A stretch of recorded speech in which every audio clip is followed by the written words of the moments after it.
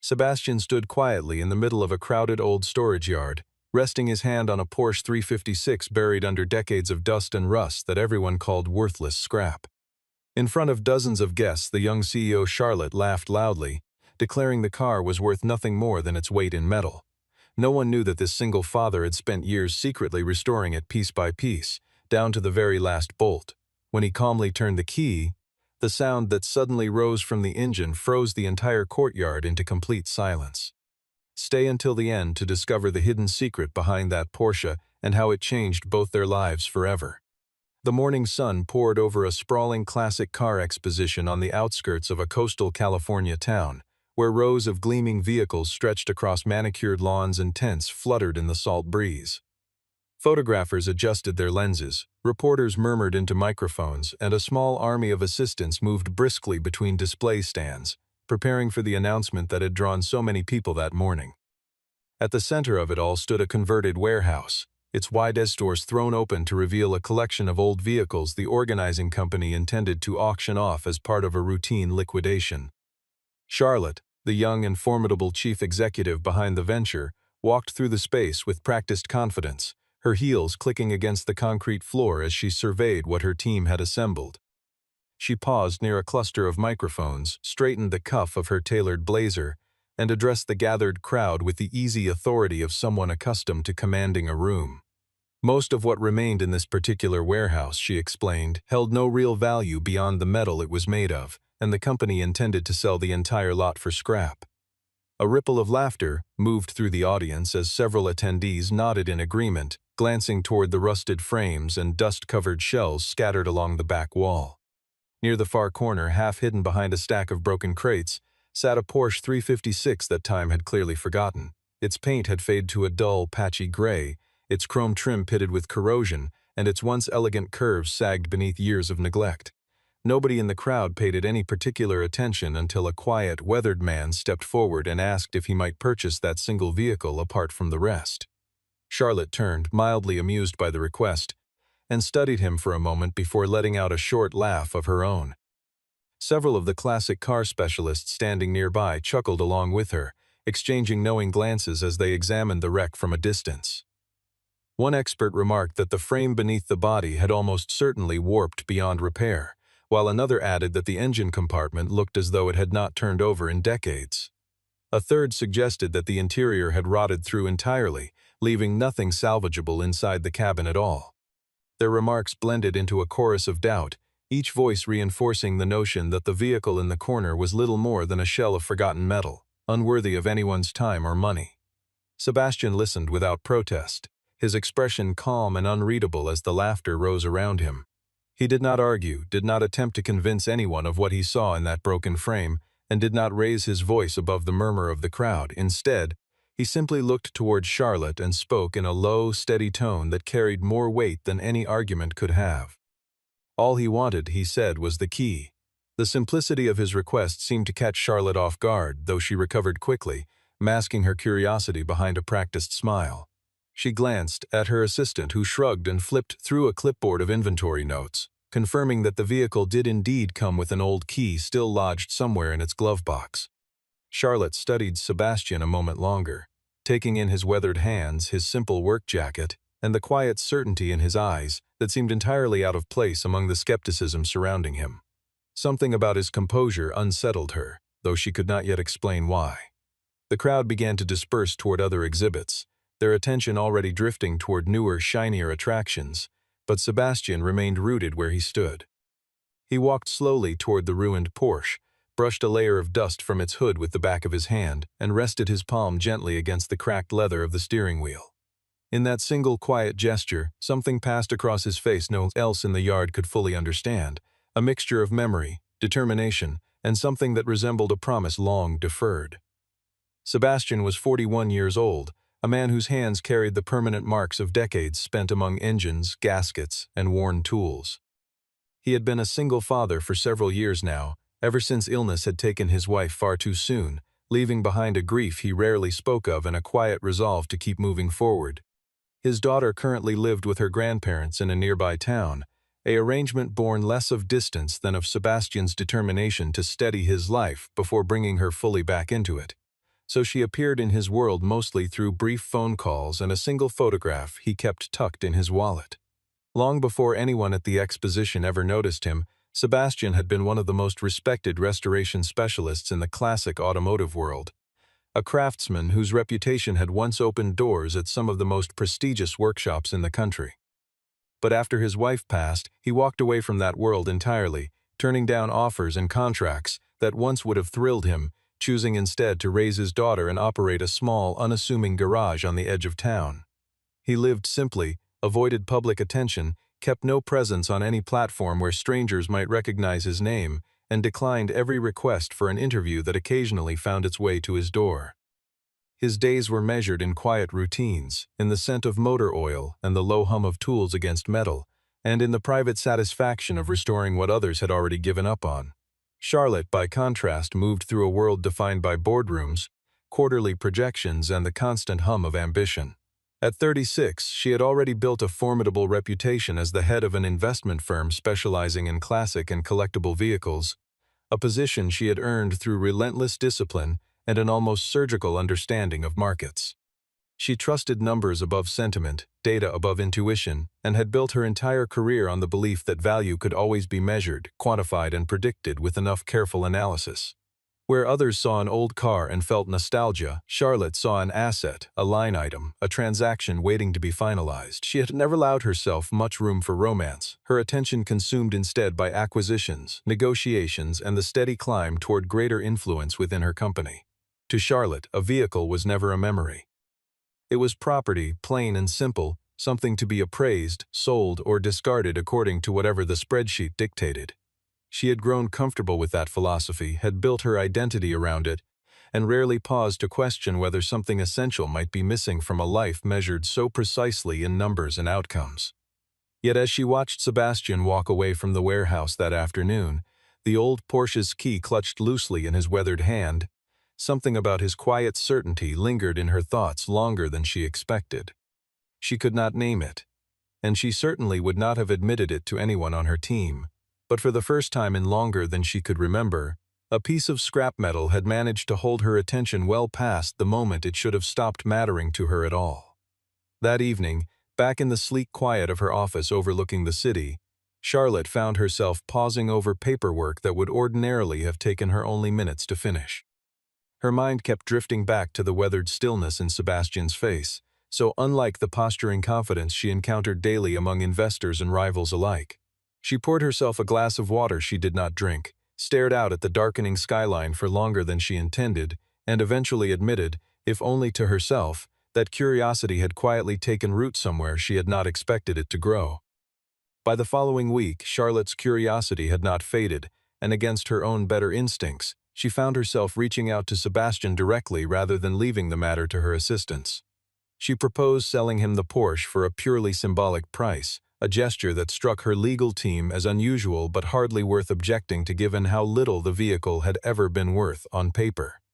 There was, however, a condition attached to her offer, one she delivered with the same composed confidence she brought to every negotiation. Sebastian would have exactly 30 days to bring the engine back to life. If the car failed to start within that window, ownership would revert entirely to her company. No exceptions and no extensions. The terms spread quickly among the small circle of enthusiasts who had witnessed the exchange, and before long word of the arrangement reached a few local reporters eager for an easy story. They framed it as an impossible resurrection, a phrase that appeared in more than one headline within days, painting Sebastian's effort as a doomed spectacle destined to end in quiet failure. Sebastian paid the coverage little mind. He arranged for the Porsche to be towed to his garage under the cover of early morning, before the town had fully woken and before any cameras had gathered to capture the moment.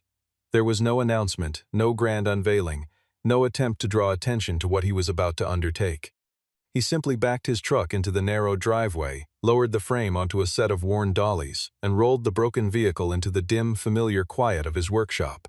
He did not livestream his progress, did not seek out sponsors eager to attach their names to his effort, and did not so much as mention the wager to more than a handful of people he trusted. His approach remained exactly what it had always been, methodical, private, and entirely indifferent to outside opinion.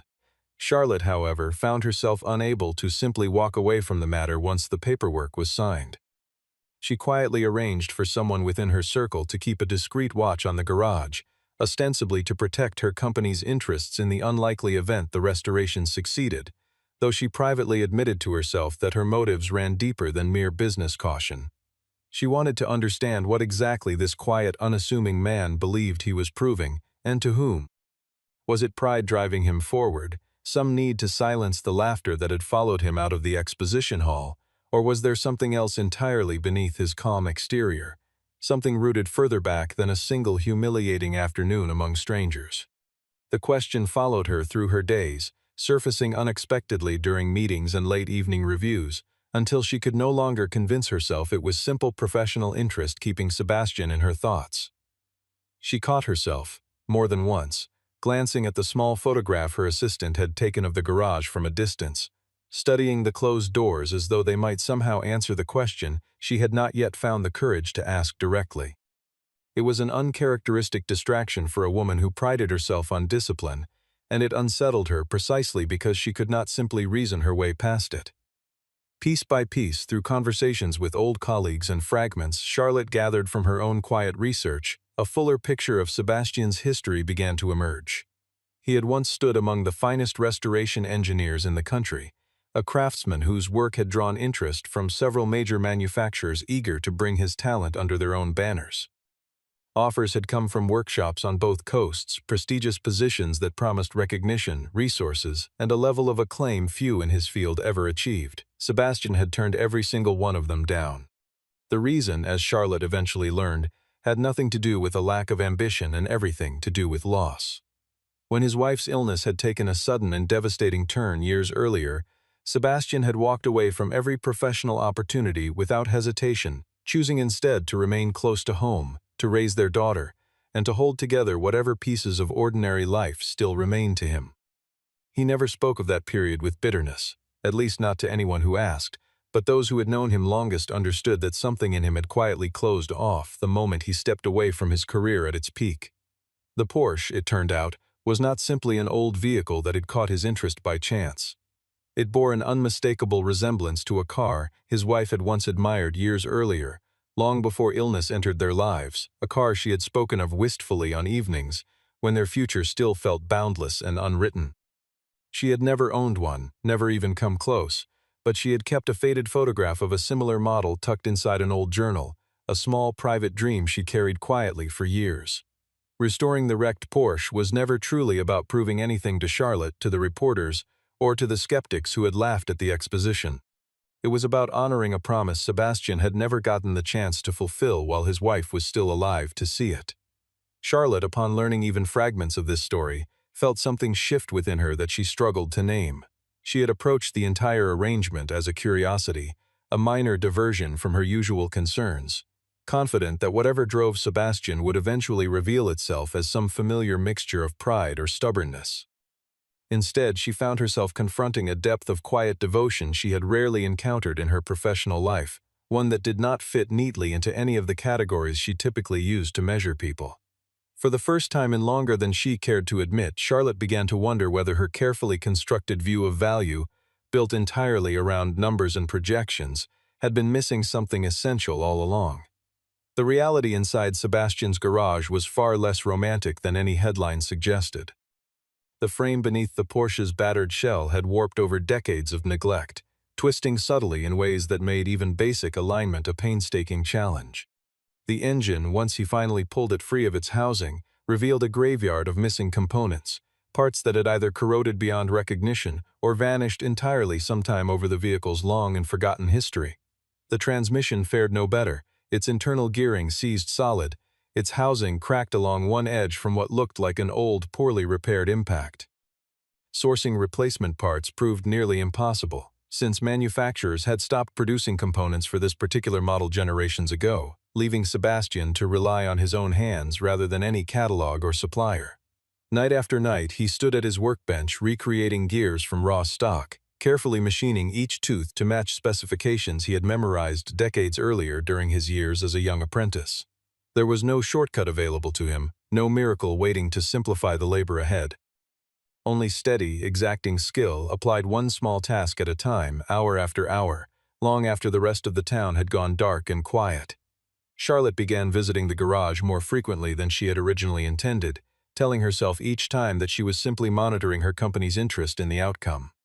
Her early visits were brief, formal, and carefully distant, but something about the rhythm of the workshop began to draw her back more often than business alone could explain. She started arriving with coffee for both of them, setting it quietly on the workbench without a word.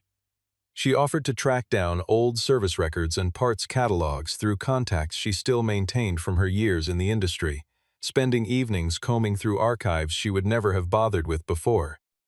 Slowly, almost without either of them noticing the shift, their conversations extended beyond simple updates on the car's progress. Sebastian spoke cautiously at first about his years working on rare restorations, about the discipline required to bring something broken back to life without cutting corners. Charlotte, in turn, found herself sharing details of her own life she rarely mentioned to anyone, moments of exhaustion behind her confident public image, doubts she had never voiced within the walls of her own company. Neither of them called it anything more than friendship, not yet, but the garage had quietly become a space where both of them could set aside the roles they played everywhere else, if only for a few quiet hours each evening. Not everyone within Charlotte's company shared her growing curiosity about the restoration, and one member of the board in particular had begun paying far closer attention than his role required. Adrian, a longtime operations director with deep ties throughout the company's supply network, had quietly done his own research into the Porsche's origins and discovered something the original inventory records had entirely overlooked. This particular vehicle, buried among the scrap for years, carried a rare production history that could push its true value into the millions once properly restored and authenticated. Rather than bring this discovery to Charlotte, Adrian saw an opportunity to secure that value for himself before anyone else recognized what the car truly was. He began working quietly behind the scenes, first attempting to bribe a supplier who had been assisting Sebastian with hard-to-find components, offering a sum large enough to guarantee the parts would simply stop arriving. When that failed to slow the restoration as much as he hoped, Adrian arranged for a break-in at the garage late one night, during which several critical tools and a small collection of painstakingly sourced parts disappeared without a trace. Sebastian said little about the theft publicly, though the setback cost him nearly a week of painstaking work he could ill afford to lose with the deadline steadily approaching. Around the same time, Charlotte discovered that portions of the original acquisition paperwork for the warehouse lot had gone missing from the company's records, documents that would have clearly established the Porsche's provenance from the very beginning. The pattern of disruptions struck her as far too deliberate to be coincidence, and she began quietly cross-referencing internal records, meeting logs, and financial disclosures late into the evening after her staff had gone home. What she found troubled her deeply. Adrian's fingerprints, subtle but unmistakable, appeared across nearly every incident that had slowed Sebastian's progress over recent weeks. For the first time since the wager began, Charlotte found herself standing firmly on Sebastian's side of the matter, not out of any romantic sentiment she was willing to name, but out of a sharpening sense that something deeply unfair was unfolding beneath her own company's roof. She reached out to Sebastian directly, laying out everything she had uncovered, and the two of them began working together in earnest, comparing notes, tracing the missing paperwork, and quietly building a case against the very person who had spent weeks trying to ensure the restoration would fail. They met in the evenings after the garage had emptied of the day's ordinary work, spreading printouts and old ledgers across the workbench beside half-finished engine parts. Charlotte brought her sharp instinct for financial patterns, while Sebastian offered a mechanic's patience for detail, the same steady attention he applied to every stubborn bolt and worn gasket. Neither of them said so directly, but the partnership felt different from anything either had experienced in their professional lives before, less like a transaction and more like two people genuinely working toward the same quiet, stubborn goal. With only 3 days remaining before the deadline, the engine still refused to run properly, sputtering weakly before dying again each time Sebastian attempted to bring it to life. Exhausted but unwilling to abandon the effort, he spent hours tracing the problem back through every system he had already rebuilt, refusing to accept that something so close to completion could simply fail without explanation. Late into the night, running his fingers carefully along an internal component he had reused rather than replaced, he finally discovered the source of the trouble. A critical part had been substituted decades earlier with an incorrect variant, a mismatch so subtle that it had gone unnoticed through every previous inspection, yet significant enough to prevent the engine from ever running as it should.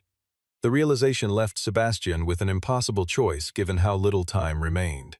He could attempt a quick patch that might get the car running temporarily, or he could tear the entire engine down once more and rebuild it correctly from the very beginning, knowing that even a small miscalculation could cost him the last of his remaining hours. He chose to start over. Word of his decision spread quickly among the small circle who had been following the restoration closely, and most people who heard it assumed exhaustion had finally clouded his judgment beyond reason. Even Charlotte, standing beside him in the garage as he began disassembling work that had taken weeks to complete, felt a flicker of genuine worry settle over her, though she said nothing to discourage him. She had come to trust his instincts too deeply by then to second-guess him now, even as the clock continued its steady, unforgiving march toward the deadline. That final night, the garage remained lit long after every other building on the street had gone dark. The steady clang of tools against metal echoed through the quiet neighborhood well past midnight, punctuated by long stretches of silence as Sebastian worked with a precision that seemed to sharpen rather than falter under pressure. Charlotte stayed beside him for most of it, handing him tools when asked, holding a work light steady when his hands needed to be free, and saying very little as the hours slipped away one by one. Neither of them knew, as dawn approached and the final bolts were tightened into place, whether the engine sitting before them would actually run, or whether years of devotion were about to end in the same silence that had first surrounded that broken car in the corner of an old warehouse. On the day the results were to be announced, hundreds of people gathered outside the exposition grounds where the entire affair had begun exactly 30 days earlier. News crews had set up their equipment along the perimeter, cameras trained on the small stretch of pavement where the Porsche now sat beneath a simple canvas cover, waiting to be revealed one final time. Charlotte stood near the front of the crowd, her expression composed but her thoughts far less settled than her posture suggested. Despite everything she had witnessed over the previous weeks, despite the quiet trust that had grown between them, a part of her still braced for the very real possibility that the engine might refuse to start, that all of Sebastian's effort might end exactly where the skeptics had always predicted it would. Sebastian walked forward without hesitation, dressed simply, his expression calm in a way that betrayed none of the exhaustion of the previous weeks. He offered no speech, no explanation, no attempt to justify what he had done or defend the choices that had brought him to this moment.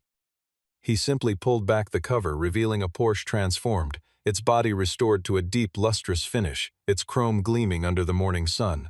He stepped inside, settled into the driver's seat, and rested his hand on the key without a word to the crowd gathered around him.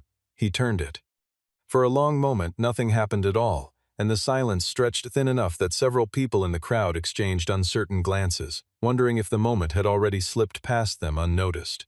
Then, low and steady, the distinctive rumble of a classic boxer engine rolled outward across the pavement, deep and unmistakable, growing steadier with each passing second until it settled into a smooth, confident idle. The sound rolled across the crowd like something physical, and for several seconds nobody moved or spoke at all, the entire gathering held in a collective disbelieving hush. Charlotte felt her breath catch somewhere in her chest, and though she searched for something appropriate to say, no words arrived. She simply stood there, watching Sebastian behind the wheel of the car everyone else had long since given up on, and understood, perhaps for the first time with complete clarity, exactly how wrong her earlier judgment had been. Amid the noise and disbelief that followed, a respected authority on vintage Porsche vehicles made his way through the crowd, having traveled a considerable distance after hearing rumors about the restoration in progress. He circled the car slowly, examining its lines with the practiced eye of someone who had spent his entire career studying such vehicles, before finally addressing the gathered onlookers. What stood before them, he explained, was no ordinary example of its kind. Subtle details in the body construction and a handful of markings hidden beneath the chassis indicated this was an exceptionally rare variant, one connected to a small, historically significant production run that collectors had long believed lost entirely. Its documented history, once properly traced, would likely place its value well beyond anything even Charlotte's most optimistic projections had suggested. Sebastian listened to this revelation with visible surprise, his expression shifting from quiet satisfaction into something closer to genuine astonishment.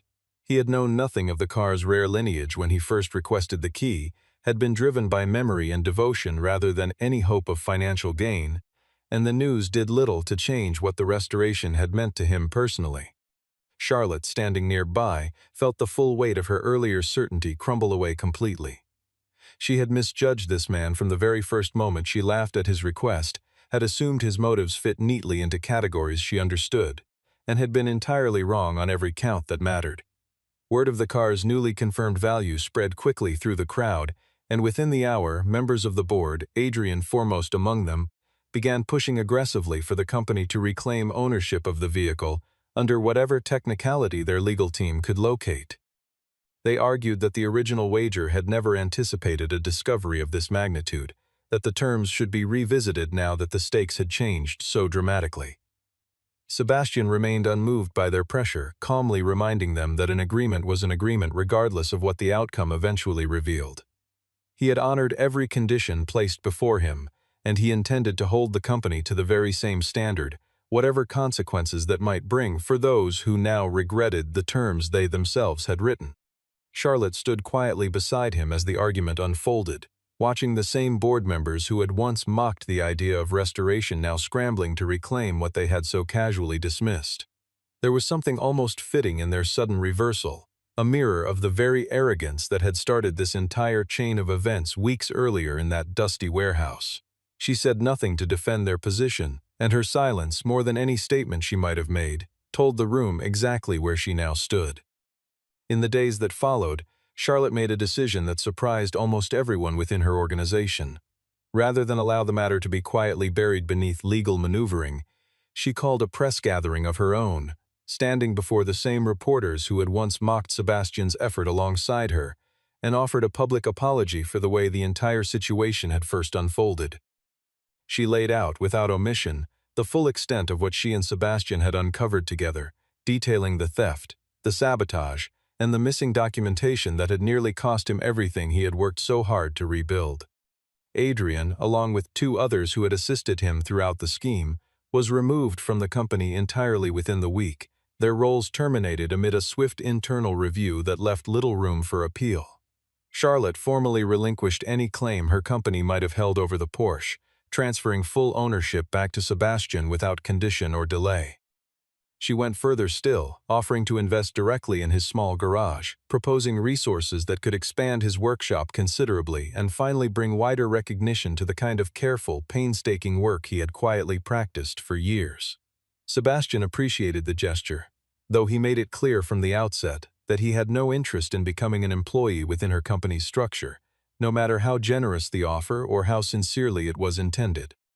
He proposed something different instead, an arrangement built on equal footing rather than hierarchy, where his expertise and her resources might combine without either party surrendering their independence. Charlotte considered his counteroffer carefully, then agreed without hesitation, recognizing in that moment something she had rarely encountered throughout her career. For the first time in longer than she could remember, someone had turned away from the full weight of her financial influence, choosing instead a partnership rooted in mutual respect rather than dependency. The realization settled over her slowly, a quiet, unfamiliar warmth that had nothing to do with any transaction her company had ever completed before.